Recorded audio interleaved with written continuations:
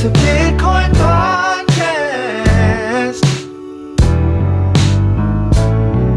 The only one that's making your money is you. Listen to the Bitcoin podcast.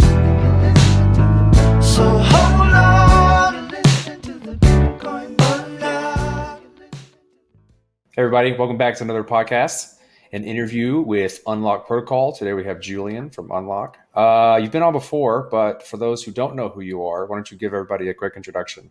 Of course. Hey, thanks for having me again. So my name is Julien. I'm a French software engineer that's been doing a lot of open web stuff over the last almost 20 years at this point. So I'm old. I discovered crypto first time in 2011, Bitcoin. An employee of mine said, I want to be paid with Bitcoins. Like, what do you mean?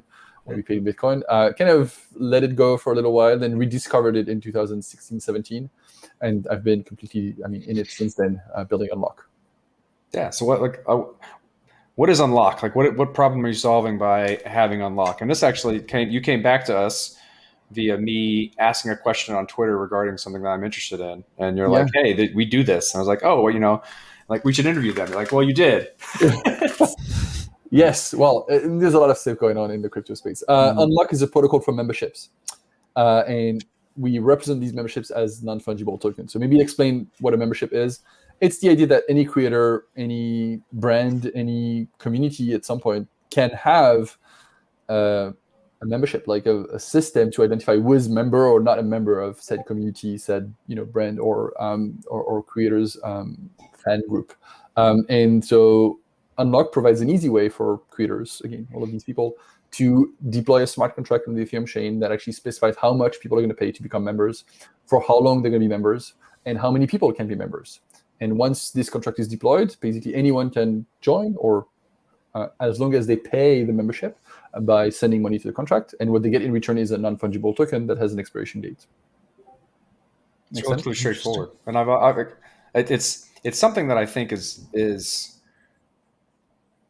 one of the better use cases of NFTs, for that matter, that no one seems to be talking about, because I'm fascinated with this concept of access control. Yes. And using a blockchain for that, and when you have value baked into the system, it makes it much easier. So, but more often than not, what you see with NFTs is, here's a picture, you own it now. I'm with you. Flip it. Yeah, it's like flip it. There's not much. Yeah. I agree. For me, that's I'm not gonna blame or I think that's exactly what it is right now. It's like, oh, cool, I've got an image. Nice. What can I do with it? Not much. The next, obviously, logical step is to make that image or that NFT more than the image useful in itself. Mm-hmm. And so that's exactly what I'm thinking Unlock is providing. And to be clear, you can actually have a fancy image on your membership. That doesn't.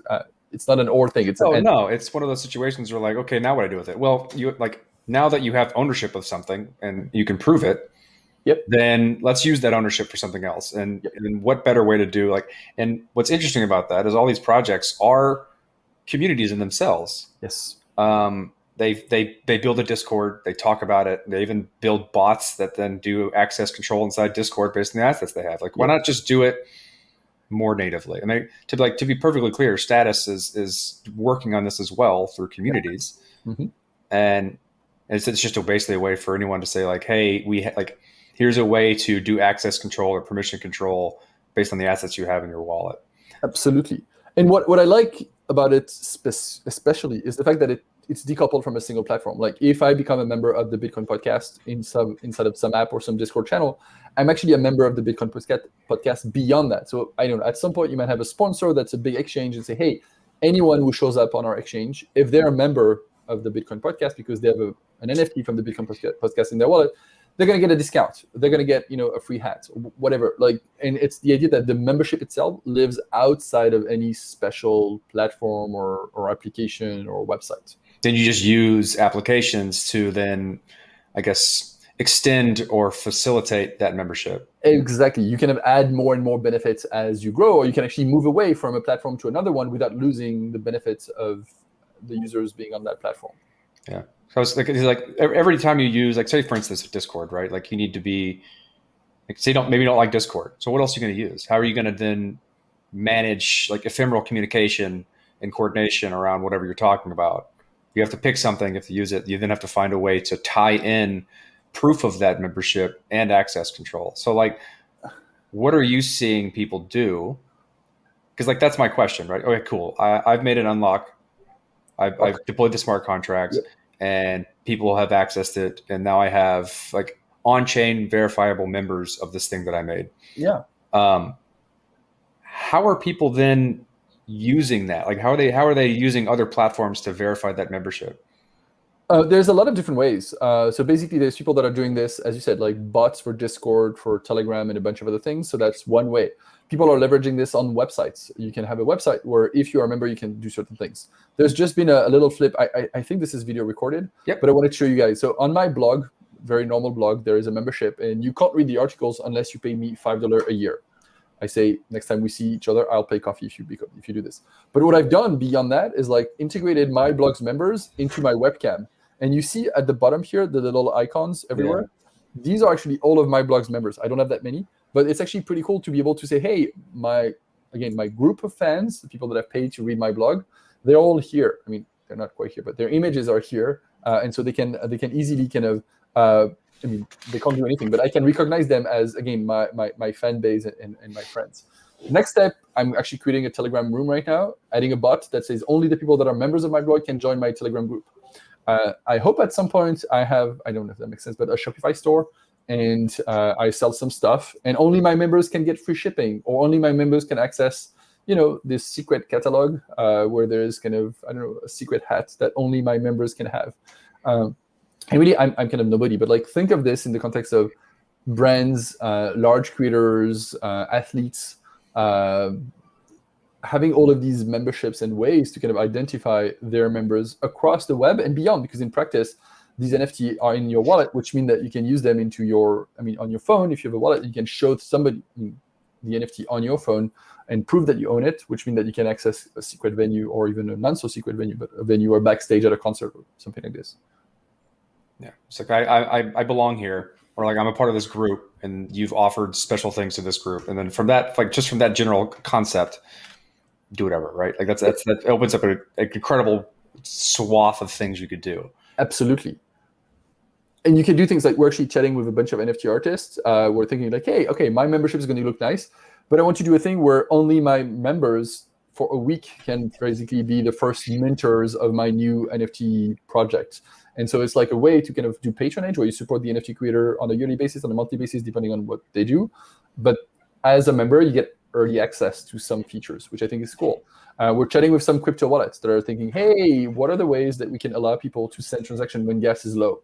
Well, I'll tell them, what if you had a membership, when every time somebody purchases a membership, when they send transaction, you check whether that address that they send the transaction from has a membership. And if they have one, you either allow them to pay a little bit less gas, or you allow them to kind of keep the transaction a bit longer in the mempool. So if price goes down, then you're going to submit the transaction at that time.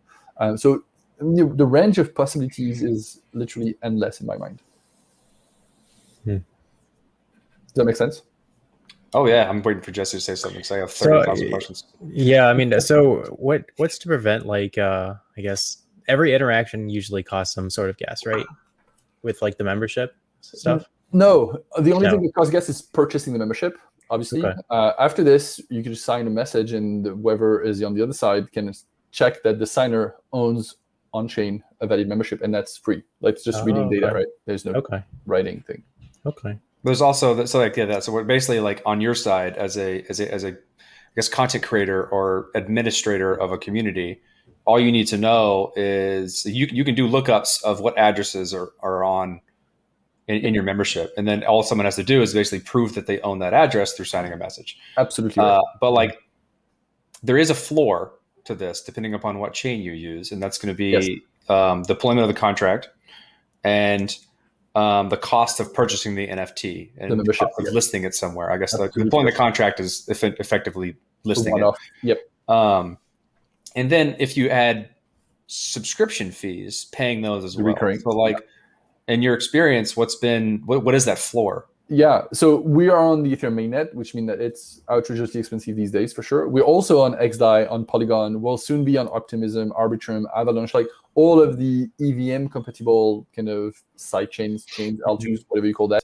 with the idea that we don't pick, the L1 that creators want to use. If you create a very valuable membership, like think you're, again, building this use case for wallets, and if people are going to pay $100 a year, it's maybe fine to be on mainnet. If you're creating a cheap membership and say, hey, it's going to be 50 cents a month, then you probably don't want to be on mainnet, and you can go on some other chain, which is less secure, but at the same time, much cheaper to use.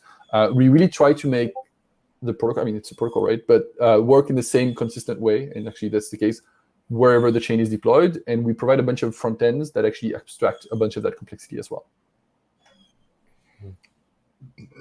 The tweet that I mentioned that kind of rekindled our conversation. Yeah. Was I'm curious in a way of having perpetual royalties through the NFTs, like community NFTs, right? So like, I'm thinking of like a way to bootstrap a given subscription to some service. We'll call it a newsletter, right? Yep. I'm making a newsletter and I want to have a limited amount of people who can access it. Yep. So I would make what we would consider an unlock here. Yep. And then set the subscription fee. Yep. What I would like is for like basically my goal is to say like, as this service becomes more valuable, hopefully if I do a good job, then the value of accessing it grows larger, meaning that the underlying NFTs that get access to it are more valuable. And so like you can bootstrap a service by charging a specific fee, which gives you kind of your baseline revenue for starting off a thing. And you grow the value of the community by basically whatever the market price for that limited NFT set is for access to that thing. Yep. But as a content creator, I would like to maintain like almost like royalty fees for the trades of that NFT as the value grew. How is that something you can currently do on Unlock, or do you have to basically incorporate new EIPs to kind of have this extended royalty situation? So that's the special thing about the royalty. That's something that you can do for Unlock right away. Let me explain how that works, basically. When you create your membership on Unlock as a creator, you set the duration of each membership. So you say, hey, it's going to be a month or a year, whatever you decide, for a certain price, $10, $100, whatever you decide. Then what people can do is transfer these memberships around. So maybe I'm a member of your stuff for a week, and after a week, like, I don't care that much. I'm going to transfer it to Jessie. When I do so, what I actually transfer is not quite the NFT itself, but the time of the NFT. Basically. So I will have the NFT, but all of a sudden now it's marked as expired because I've sent all of my time to Jessie. And now Jessie has a membership of his own to your content that is basically for the duration that I've transferred his way. Does that make sense so far? So you're transferring the time. Yes, you're transferring the time, basically. You say, hey, I've got a month-long access to this. I'm transferring my month to Jessie. What I can do also is actually not transfer the full month. I can transfer him 15 days. And so I keep 15 days. He has 15 days. That would be kind of a way to say, hey, I'm going to just give you access for a little while to my stuff. To your stuff through my membership. Mm-hmm. But what's unique about this is like you, Corey, as the owner of the contract, you can say every time somebody transfers time, we burn some of that time. So basically, let's say I have 30 days and I want to transfer to Jessie my 30 days. You can say every time you transfer any time, 10% is burnt. So I would have 30. If I transfer to Jessie, I have 0. But Jessie only receives 27 because you've burnt 3 days out of the total. Mm-hmm. This way, that means that if Jessie likes the content, he will renew earlier than what I would have had because I would have renewed after 30 days, and he would only renew after 27 days. If Jessie transfers to somebody else, that somebody else is going to get like 25.2 days. Yeah, so like if the people continue, if your membership grows, yes, then people have to re-up. Exactly, earlier with more time because they're burning the time. Exactly. So it's like an implicit way of doing royalties. Exactly, because the problem with the royalties thing is like obviously when you look at like the technical level, like the transfer function of the NFT doesn't have anything about price, about royalties, or any of these things. Okay, so like if the platforms that do that, like super rare, you're kind of vendor locked into their platform. Absolutely, exactly. You have to kind of delegate or kind of trust that this platform is going to do that job. And I mean, they do, right? But I also want the freedom of being able to say, hey, I'm going to use another platform. And also I want to avoid the situation where two people kind of go without the platform by transferring to one another, and in that scenario, not paying any of the fees to you. Make sense? Oh yeah, that's an interesting way of doing it. I didn't consider that in terms of like, transferring the time and burning it as a way to do as a way to like captures the value. Yeah. Because in the end, the value of the membership is the time, right? Like it's worthless if I actually don't have any way to use that membership because it's expired. And then as the administrator, you control that percentage, and can you if I were to want to change it, is it an update to the contract, or is it a deployment of a whole new contract? No, it's an update to the contract, and you can change. Like you can say, hey, I'm going to capture 100%. So this way, no transfer can never happen, because why would I transfer to anyone? They're actually not going to get anything. You can set it to 0. You can change that as you go to be whatever you want. So you've the parameterization of the contract gives the content creator quite a bit of leeway, like leeway or options on how they want to manage their community. Exactly. We have a similar thing around cancellation, right? Like normally when you have a Netflix subscription, if you want to cancel, you basically usually pay until the end of the month, or I don't know what that is, but with Unlock, you can cancel your membership, and that means in practice, I will burn the time off and maybe get a refund. So depending on the contract set, what the creator says, you can get a refund or you cannot get a refund. And the creator might say, you know what, there's actually a free trial period. So basically on the 30 days thing, if you burn within the first 10%, so for the first 3 days, you get back your full price that you paid for the month. But after this, it's kind of prorated based on time. And maybe there's actually a penalty where you say, no matter what, 10% of the value is going to be gone. So basically you get a refund that is the total price prorated minus 10%, and that's what the user gets. Does that make sense? Mm-hmm. And as a creator, you can customize these however way you want. Julien, I got a question. I'm not a developer, so like to me, like there only exists like tokens and like NFTs as, you know, whatever the smart contract is showing them as, whatever that hash leads to, like an image or whatever. So when you're saying that, you can kind of like change like this time parameter. What tracks that? Like how does that look like in code? It's actually, so the smart contract itself keeps track. So when you think about a normal NFT, it's actually two things. It's an ID, so NFT 1, 2, 3, 4, 17, whatever, and the address of the owner. Inside of Unlock, we kept track of a third parameter, which is the expiration date. That's it. So an NFT with Unlock is the two first thing that you have on any NFT, plus an expiration date. And then all of the function that I just mentioned tweak the expiration date, change the value of the expiration date based on what's happening in the contract. And then the managing contracts, like the token factory, right? The thing that like mints these tokens whenever. So like as a content creator, I'm not deploying a smart contract that is tokens. I'm deploying a factory that mints tokens. Yes, exactly. You're deploying a lock, as we call it. It's called a public lock. And the public lock is the thing that mints the NFTs on demand, like a PaaS machine when people pay for it. So like as a content creator, I have control over how these things get minted when someone buys a subscription. Yes. So what the parameters of the NFT look like by default? By default, we have no trial period, no penalty on cancellation. So it's a normal slope prorated. We have no fees on transfers by default because it felt it's the easiest thing. So that's kind of the default. Again, changeable at any point by the creator of the lock. Like I don't have any control over this, or nobody has outside of the creator. The rest of the defaults, actually we don't have default for duration because each creator sets a different thing. So on the front end, we offer a number of days, but you can actually set it to be seconds or years or centuries if you wanted to. We don't have a default on number of members. You can pick unlimited or 10 or 5. And we don't have default on price. And when I say price, it's not just the number price. It's the price plus the currency. So on Ethereum, you can use any ERC20. You can say, hey, I'm going to charge 5 DAI, stable coin, that makes sense. Or I'm going to charge 5 of my social money. And so now people have to buy my social money to actually buy my membership, which might be a lot of work, but that's doable. Interesting. Yeah. So how do you set people up with like the protocol? Like, is it you just give them the smart contract to deploy themselves?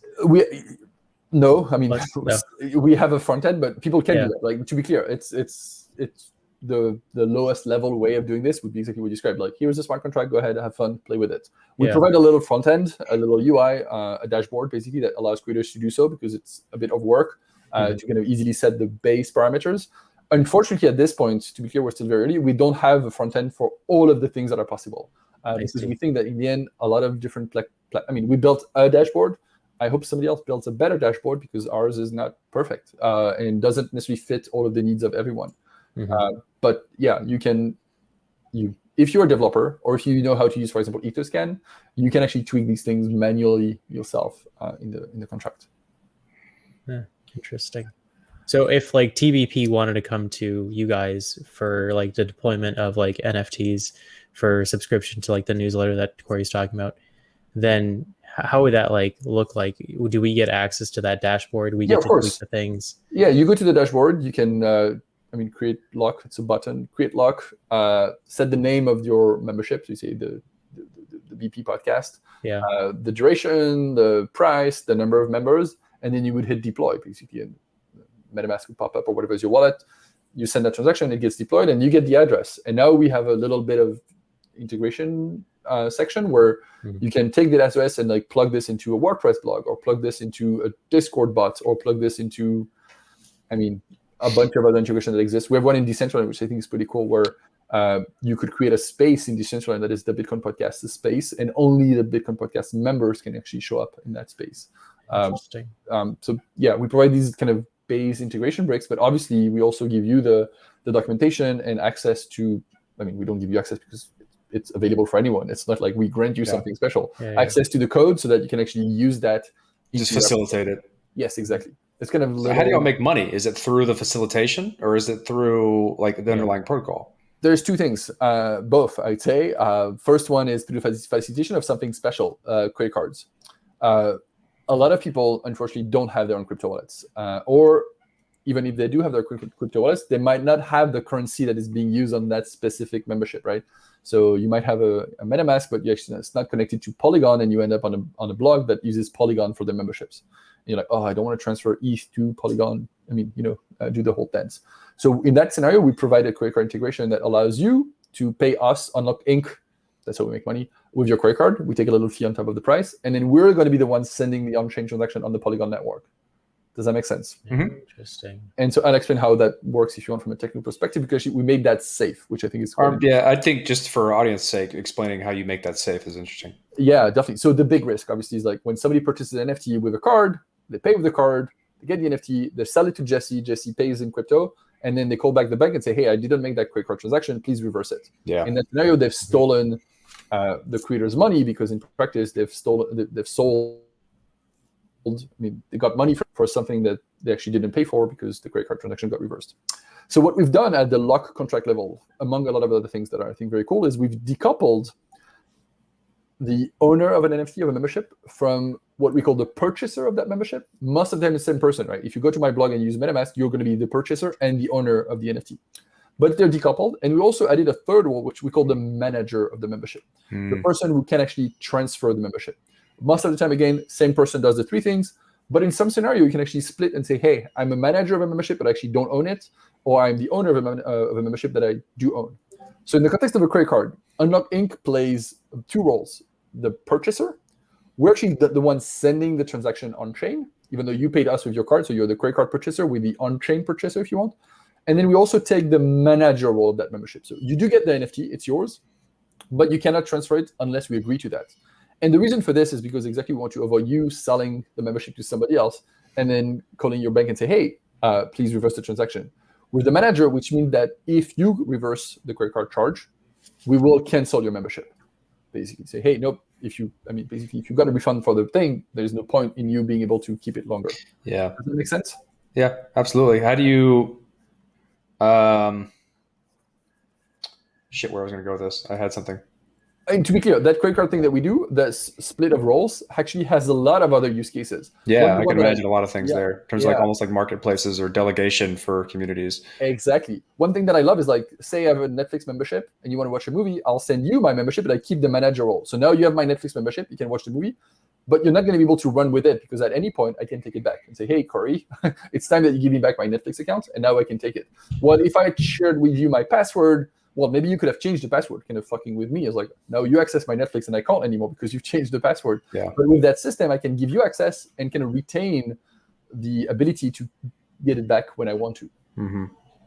Is there any way to monetize that delegation? Absolutely. One of the ways is basically say, hey, I'm going to rent memberships, basically. So let's assume I buy, a Bitcoin podcast membership that will give me access to some private episodes.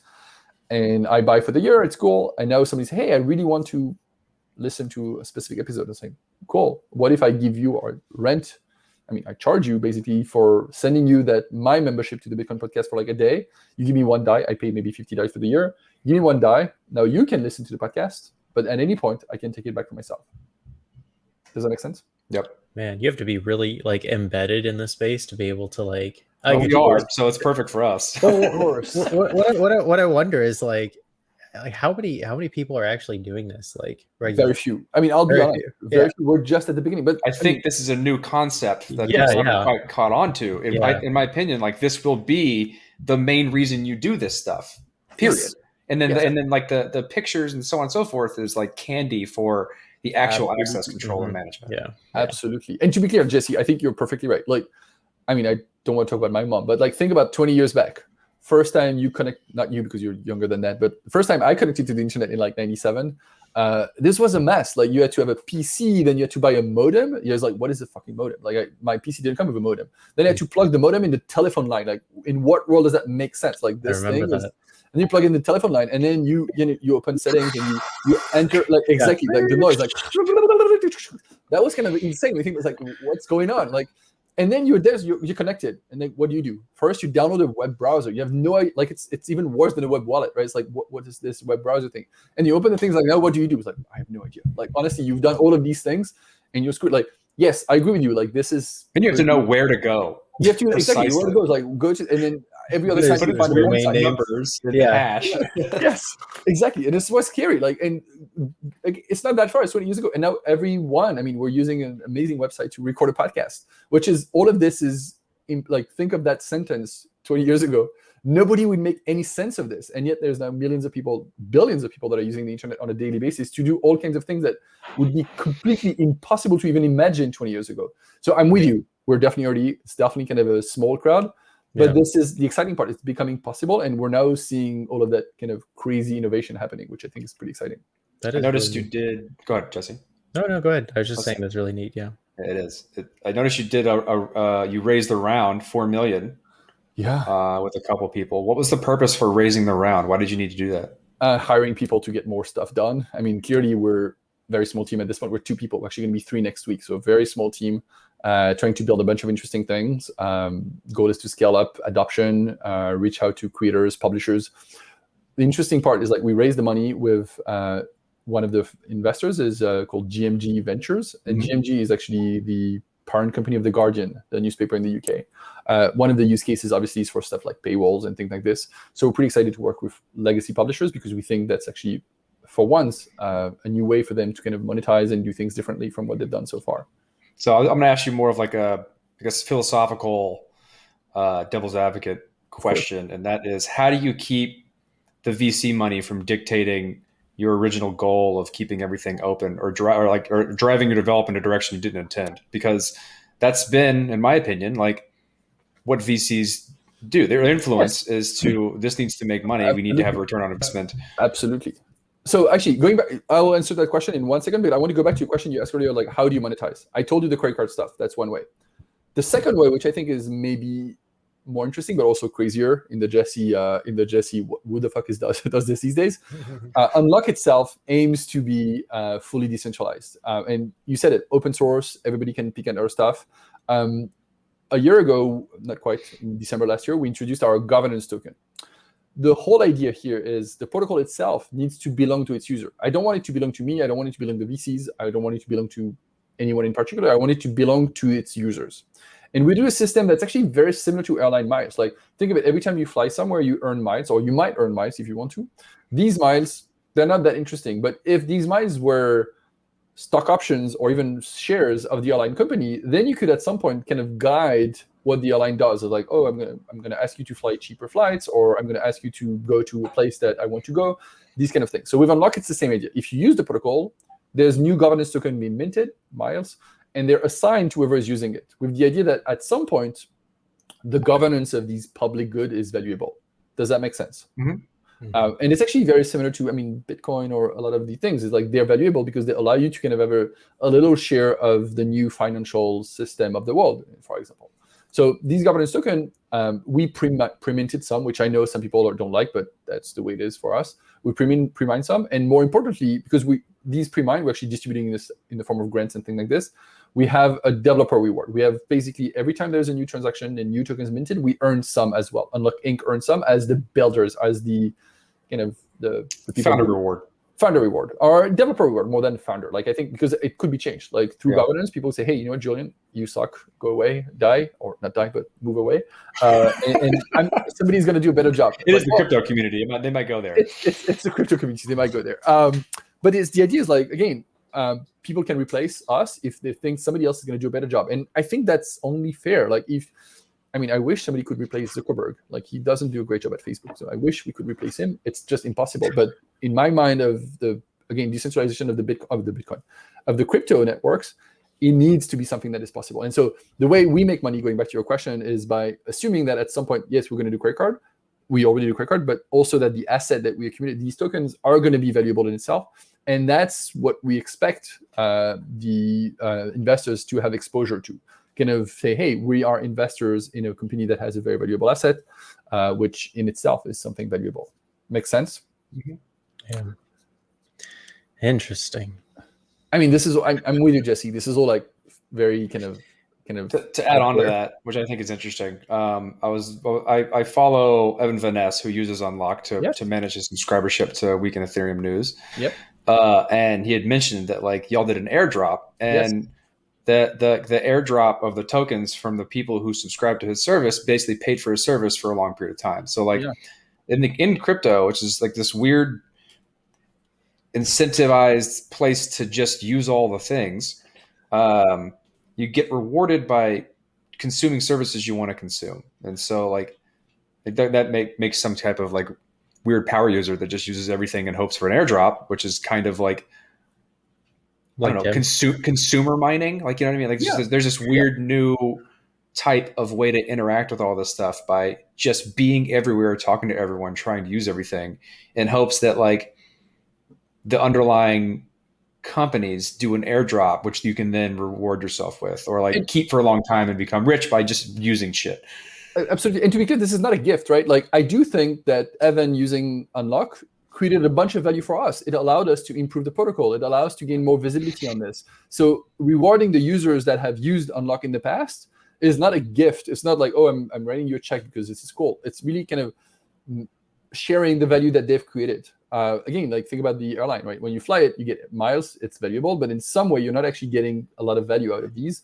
And similarly, like when you use Facebook, you provide a lot of data. You're not actually extracting any of that value that you provided. In the context of what we did with the airdrop, and I think all of the companies that do airdrop, it really is about sharing back the value that was created by, again, using a service. I mean, partially. Like it's not one thing. It's marketing. It's trying to incentivize people to look at you and also place tokens into the wallets of the users you think would find your service useful. Yes. So It's like, hey, do something with this. It's in your wallet now, and then now they have to pay attention to you, learn what you do, and hopefully like it. Absolutely. And it's governance, right? In the context of Unlock, it actually allows them to vote on what to do with the treasury. I mentioned the pre-mine. We already allocated 10% of the pre-mine to the DAO, and then people who have claimed their airdrop, and we did it in a way that actually requires them to delegate their vote, so they actually have to join governance, will be able to, or are able to already today, vote on what to do with that treasury. And so it's really kind of giving them power, saying, hey, you use this. As a user of this, you create some value, so you're rewarded with that value, but you're also a stakeholder. And as a stakeholder, we expect you to get, your voice heard and be able to do things with what the protocol does.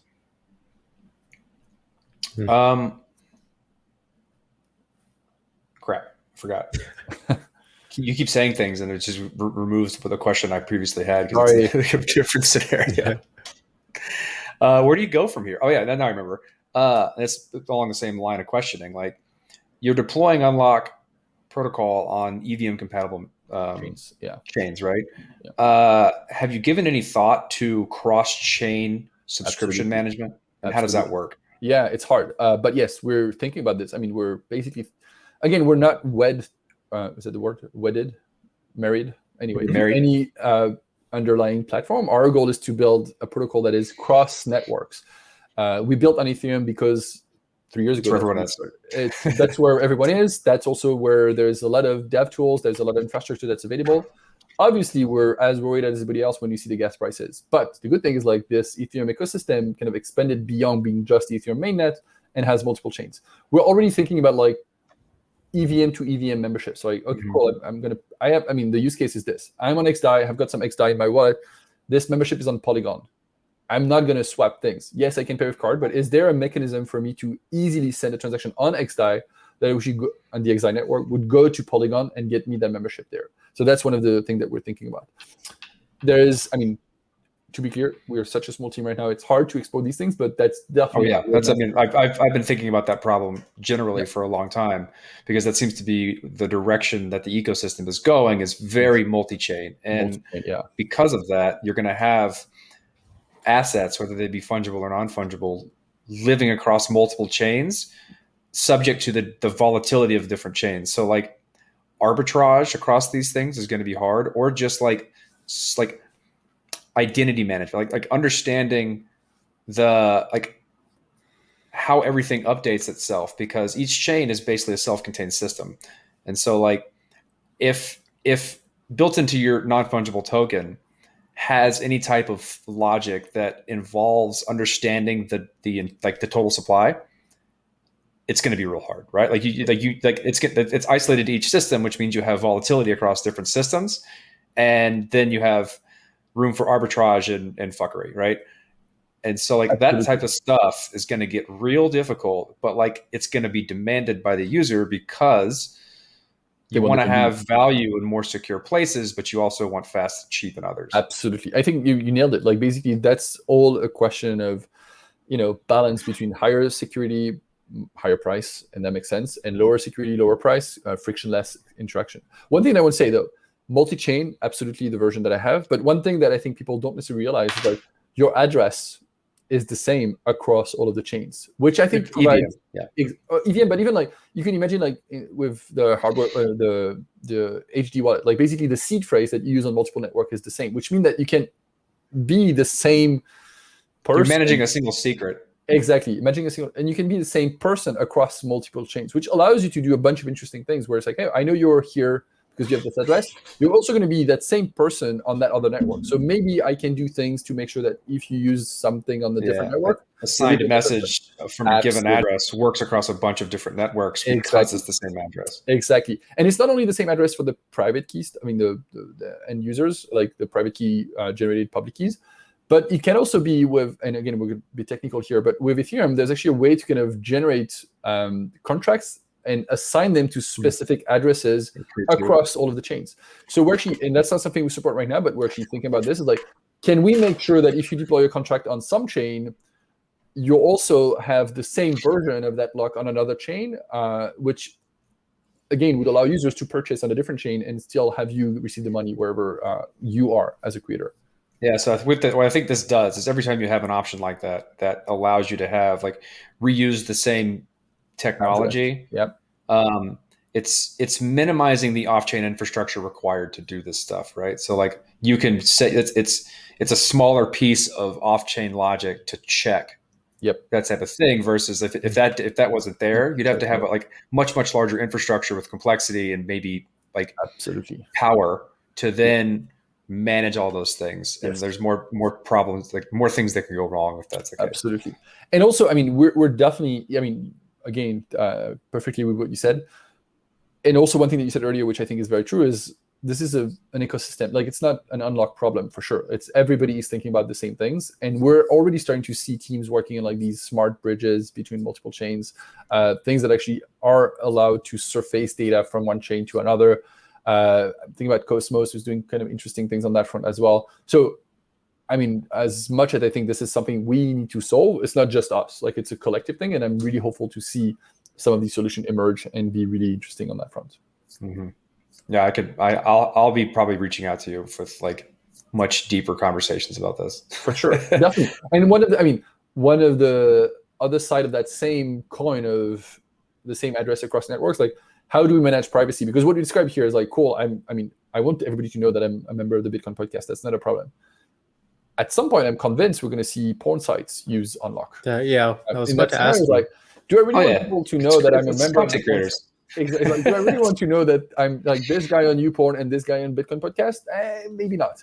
So we will. We're probably an okay community for that, but like I can think of others that are. I'm sure there's some context in which you might want not to share all of these things with everyone, right?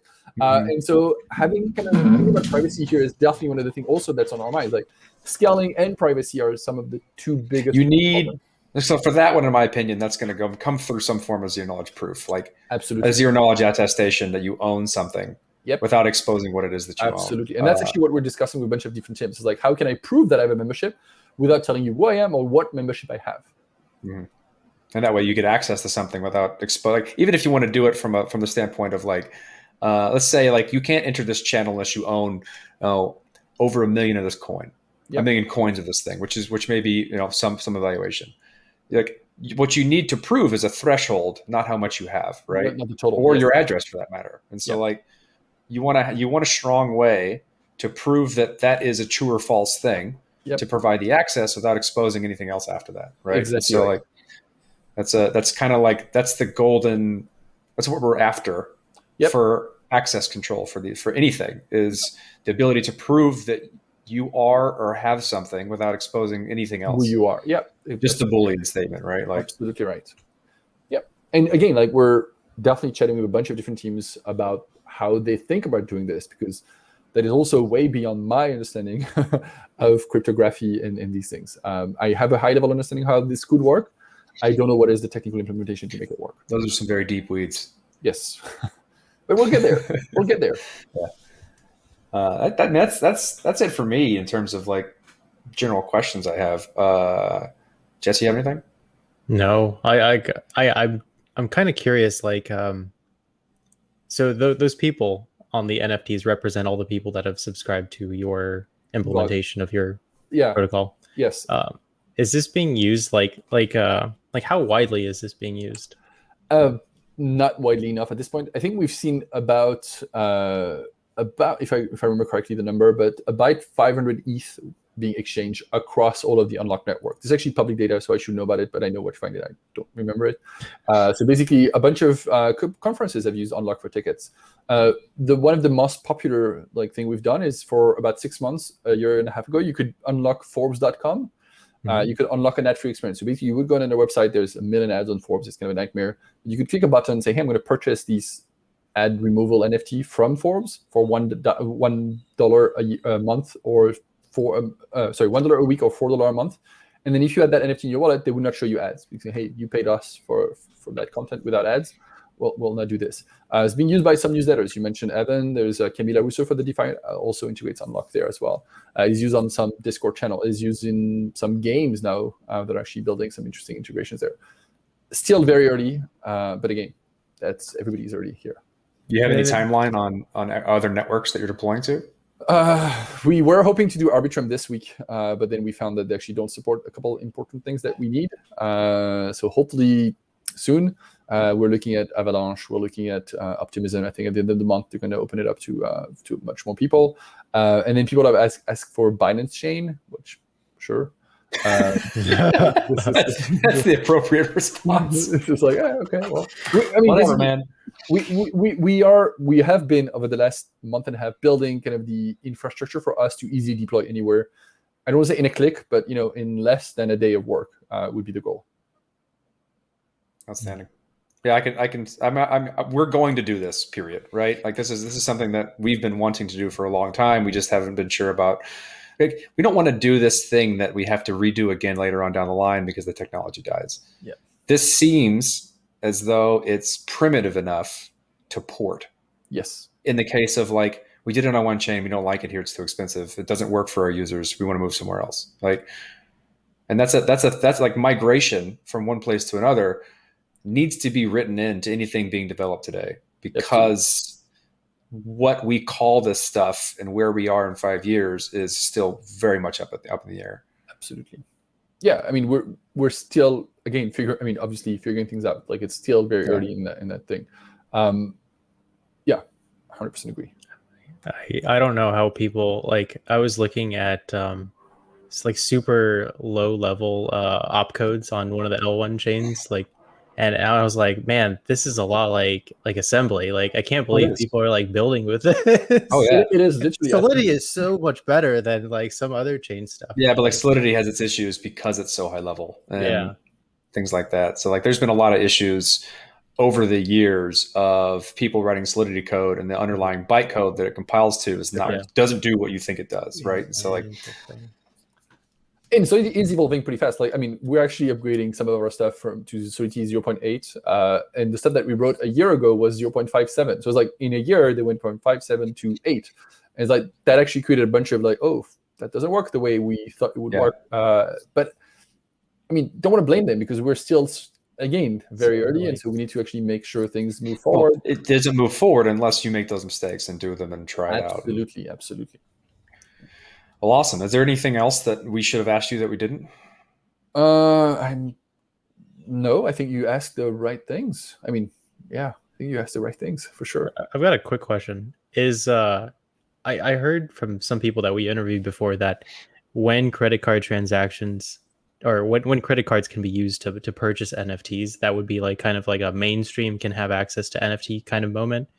How often do you see that being used on your platform? Like little. I mean, about a third of the people here have actually used credit card because it's enabled on my blog. So not that much. I mean, I agree. Like, it's going to be one of the big unlocks for a lot of things. The credit card thing. For now, I think we're the only one who actually have built this in a way that makes it safe. And you know, it's not. I mean, it's cool, but it's not ideal. Like, I think a lot of people want to purchase NFTs so that they can transfer them. So if you buy an NFT art thing and you can't transfer it because you paid with card and the card transaction can get reversed, it's not as, I mean, it works well in the context of unlock because people are used to pay with Netflix and these memberships with their cards, so it's fine. But for the NFT for art thing, which is usually perceived as kind of an investment thing where you're going to hopefully flip it at a higher price, I don't know that the inability to transfer right away makes a lot of sense. So I don't know that credit card are going to be that useful in that context. Well, there's also this aspect of like, this is something that I was thinking earlier. Like I've been in this space for a long time, so I carry a lot of the, I guess, ideology of Web3.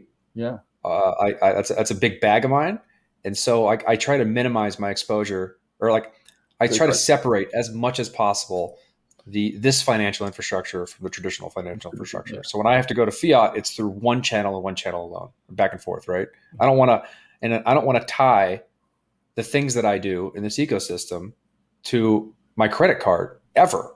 Like, I don't like, and so if you were to purchase an unlock NFT with a credit card, you're tying some financial infrastructure, like old financial infrastructure, to addresses, and which can be linked to everything else that you do. And the more you do that, the more who you are and what you do is mined by people who are taking advantage of that information. And like, that's the goal, is to own these things and like maintain sovereignty over my assets. And if you're using credit cards, you don't have that. You can't do that. Yeah, exactly. No, I think I agree with that pretty much. Also, one thing, like, in the end, I mean, it's so much. I mean, I know people are going to be like, what the fuck? But it's so much easier to purchase something with a crypto wallet than it is with a credit card. Like, I can't stand these like two-factor off. Like, we're sending you a text. It's getting better. It's getting better and better and better. But better, but still like for crypto. Like, it's still way better, and it's getting better. Exactly. Crypto is better and getting better. Yeah. The credit card thing is like, I mean, I'm French. I live in the US. Every time I have to buy something in France, I have to switch my telephone SIM card in there, kind of wait 5 minutes. Every other time the phone doesn't get here, and then the thing expires and I have to start again from scratch. This is a nightmare. Like, honestly, why don't you get a dual SIM phone? Sorry, what? Why don't you get a dual SIM phone? That's an option, but you know, like, even that, I don't enable the French network from when I'm in the US. Like, what? So, like, I'm. It's so freaking complicated. And you know, just even creating an account on every website. Like, I'm so over. Oh, my email address, and then my password, and then my email. It's like, connecting what? Do you want to connect? Yes, boom, done. I'm logged in. Like, so much easier, so much smoother. Like, people, yes, it's hard, but once you're there, it's piece of cake. Yeah, I don't know anybody who buys crypto with a credit card, but I think that there are a lot of people. Oh, like a Coinbase. I think that's why Coinbase. One of the reasons why Coinbase is so big is because that you can buy things with credit cards, or like many exchanges. I think you can do it in Binance too. Like, it's like, we've built a society built on credit, so that's the purchasing power everyone has. Interesting. And people are in a mental model. It's hard to get rid of it, and so they think, oh, I'm using my credit card to purchase things. Yes, I'm going to use my credit card to purchase crypto. But at some point, you realize, like, well, maybe not. Got to get my credit card points. Oh, that's also a thing where people are like, oh, my points. But yeah, I think it's hard to. I'm the same as them, right? Like 3 years ago, I was like, oh, okay, it's hard. Like MetaMask, I'm gonna fuck up the password. Oh, damn, the seed phrase. Like, this is very scary. At some point, you just realize how that works. You just understand things, and you're not worried anymore. It just becomes normal life in the same way that, again, think about your mom or my mom connecting to the internet like 25 years ago. Like, beep, beep, beep, beep. That was weird, and nobody does this anymore, and it just is normal. The user experience is very primitive still. Yes. I think it's getting better, much better. And it's getting better because people use it. So it's like the airdrop and complain.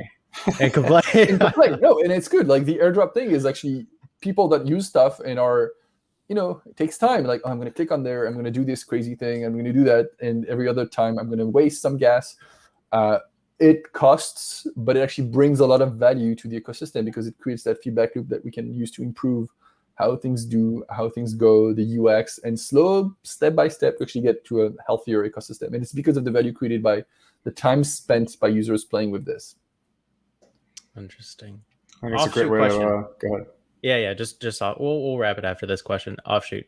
Decentraland. Just random thoughts. Like, do you think that that's going to be the future, or is it kind of a gimmick in terms of people putting their shit in spaces there? I have no idea. Honestly, it's a cool thing, but I have no idea if this is the future, if this is the only one, if this is the one, if there's going to be 1,000, I have no idea. Yeah, just like crypto coins, like you can create a metaverse out of nowhere. Like it's artificial. It's scarcity to the point of a community agreeing that it's scarcity. Absolutely. It's So for digital place, it's the same thing. Like, where are the people going? That's the value it has. Interesting. And there might be a lot of these. There might be just one. Honestly, it's hard to know at this point. Like, nobody knows, right? Can you make like a movie theater in like Decentraland and then use like your NFT protocol to like ticket stubs? Absolutely. Yeah, absolutely. That would be dope. The first example, the first example that somebody built is actually a saloon. You go there, there's a cowboy at the gate, and you can't get in unless you have the membership. So I can very imagine that the next version of that saloon is have a little TV screen, because obviously that would be kind of old style thing, a little TV screen inside of the saloon that you can only watch if you're in the saloon. So you pay the ticket, the membership to get in the saloon to watch the movie. I am pretty sure this is doable. It's going to be a weird world in a few years. I keep telling people, like, to get a glimpse of, like, I think the person who painted this picture the best I've seen in like a paper book, like a real book you can buy and read, is Carl Schrader, who wrote Stealing Worlds. And we interviewed him a while ago, and like, it's a fun short book, but what I liked about it was his ability to capture what this world, what a world would look like in the interaction of AR, VR, and crypto, and like how you're able to opt out of an original society system and exist in this other one of value and community, and how those things kind of play with each other, and how like they're very much intermingled. And I think like that world is the future, very much so, but like it's going to take a little while to get there. It's going to take a while, but it's also accelerating, right? It feels to me like COVID, if there's anything that we have to learn, is the fact that we live online already. Like, a lot of people did not imagine that they could actually spend 7, 8, 10 hours on the computer without anybody around them, and just still feel as connected to their colleagues, to their friends, that they would be. Like, there is a bunch of generations that actually are just spending their lives playing games with their friends, and they're good friends with them. And it's like, you're looking at two of them. Yeah, I mean, who am I, or who is anyone to say that this is not real friendships? Like, this is not real friends. Like, yeah, you might have never seen them, you might have just interacted with them in a game, but they're actually your friend pretty much as the same kids that you play in the. I'd say I have more best friends that are people I've barely met than ones I've met in real space. And we say meet space. It's like, I think you actually meet people online. Like, we're meeting right now, right? It's just like we can't touch each other, but that's going to come well, I think. I'll touch you soon. That's fine. Well, the high five on the screen. Anyway, yeah. Cool. All right, Julien. Well, thanks for coming on the show, and we look forward to using Unlock to help kind of grow the TBP and membership and community. I'd love to help you do that. Awesome. Thanks. See you all, guys. See you.